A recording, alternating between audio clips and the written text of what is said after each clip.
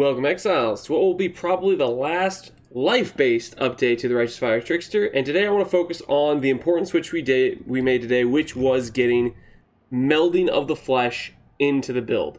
And I want to specifically talk about my favorite low, cost or build cost in terms of making this work with as little gear upgrades as possible. Minus 70 all reds is a big downside. How do you compensate for minus 70 all res? And my personal favorite way to do it is using the Trader Keystone thanks to a Brutal Restraint. This jewel is generally pretty good for Righteous Fire anyways, depending on where you socket it. You can get elemental damage, you can get percent life, you can get movement speed, onslaught on kill. There's a lot of valuable affixes if you divine it well. Mine isn't divined well, it just has gain flash charges and percent dexterity. Really bad affixes on mine, but these jewels can actually get you some quite meaningful stats, especially if you're an Inquisitor and you care more about getting a lot more of the nodes in this area. But for me personally, the main thing I'm using it for is the Trader Keystone. Now I want to say, how are we negating Melding of the Flesh downside? It's with a Bismuth Flask. These flasks have pretty much the highest duration of basically all the utility flasks with the lowest charges used. That means if you roll something like a reduced charges used, you see it consumes 11 charges, and with 22 quality, it lasts for 10.4 seconds. If you get a Hillock level 3 and do Katarina, you can get this all the way up to 28 quality, which gets it about to 11 seconds. And the moral of the story is, when we have a Trader Keystone with one empty flask, this is the cost for basically getting a 70 all res, it gets us 4 flash charges every 5 seconds. And if our flask lasts 10 seconds, over the course of those 10 seconds, we will generate 8 charges.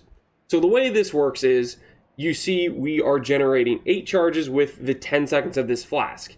Now, if we have reuse at the end of this flask will keep proccing, and it's been proccing the entire time this video has been going at the very end of the flask. And we're taking basically every time a 10-second flask cycle goes through, we're losing roughly 3 charges on average. That means for this flask to go all the way from 40 total charges all the way down to like 9 or whatever, the tick point where it's going to be like, okay, we don't have charges to reuse at the end, that's going to take over about 10 flask cycles, roughly 100 seconds.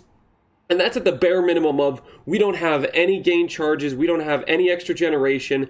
That's if we're doing nothing, but we just have the flask on, we're not fighting any enemies. If you're fighting a boss, if you're doing the map, you're going to be generating charges, and the flask is going to be effectively permanently up. You'll see we just finally ran out of it after I've been recording this video for roughly 2 minutes and 50 seconds, it looks like. So clearly, the flask lasts a long time without us doing anything. The only gain charges mod we have here is Devotion with 10%. And then if we are fighting map bosses, or we're fighting monsters, or we're just doing boss content, it's going to be effectively permanently up. I like this as a great solution because it means you don't have to go and get basically T2 res rolls for each resistance 6 different times to try to make up for the minus 70 all res. You just give up 1 flask slot. And the upside is you also have 3 other flasks that can have really good uptime thanks to the flash generation you're doing. It's like being a pseudo Pathfinder without speccing into Pathfinder at all. I think this is a great way to solve Melding of the Flesh downside, and because of it, right now on our character we have 87 max all res. Now, in the video previously I said we can get to 88, 89, and even 90, and all we would have to do that, which I'm going to be too lazy to do because I would rather start working on my energy shield gear, but simply put, I would just need to use Orb of Conflicts to get this to plus 3 max fire res, and then I would need to get, not plus 3 max fire res, I would need to do plus 3 lightning res on this body armor, and then plus 2 max lightning res on my helmet. That would give us another 3 max res. I would simply convert my maximum fire res here to lightning resistance with a harvest fire to lightning res change, and then simply I would change out purity of fire for purity of lightning, and that would get me to 90 max all res. I'm not going to make those changes because I personally want to start working on crafting the energy shield base gear. This character is plenty good to do the vast majority of endgame content. Having 87 max all res, roughly 20k armor and evasion, and a few million DPS, I think is fantastic for doing most of the endgame content. We probably can do feared. I'll probably try to do that today.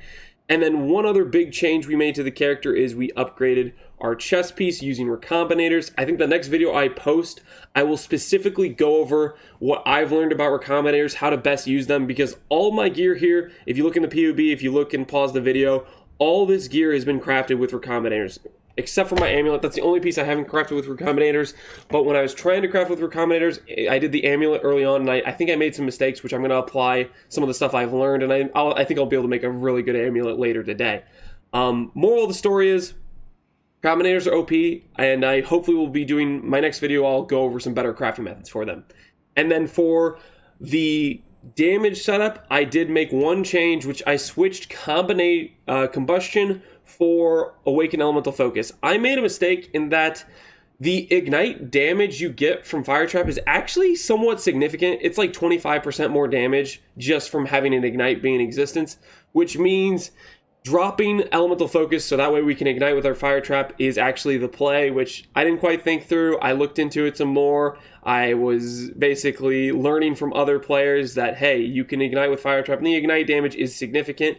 I ran the numbers and it makes sense to swap out combustion here, and then we end up getting Arcane Surge level 1 on our Wave of Conviction and Flame Dash, so that way we will also get 10% more damage from the Arcane Surge being up, along with the fact we now have an ignite that's going to deal damage as well. So these were all boosts to our DPS that required no extra investment, just swapping out some gems. Those are the main changes of the character. I would do a showcase for you, but I'm kind of running short on time. We did a last minute wire transfer bank closing stuff today, which I didn't realize was happening today. So I'm behind on schedule, and I'm going to just try to upload this to YouTube and get to streaming. Hopefully you guys enjoyed this update to the life-based character. Look through the POB. Oh, one more thing I forgot to say is I basically traded these sets of passives for another set of clusters.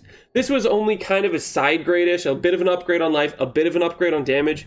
And the idea is, once I go ahead and make better jewels than this, jewels that actually hit triple damage when I Scorch Fossil them enough, this will be a strict, nice damage upgrade as well as a life upgrade. But until then, it's just kind of okay. Really, you can stay over here. You don't need to go get this cluster set up. It's just kind of I move my passives around a little bit for a bit of an upgrade. And frankly, I'm just going to leave it like this. I'm not going to craft any of this gear anymore. I'm going to solely focus on upgrading to energy shield based gear. That's the plan. Thanks for watching, Exiles. Take care.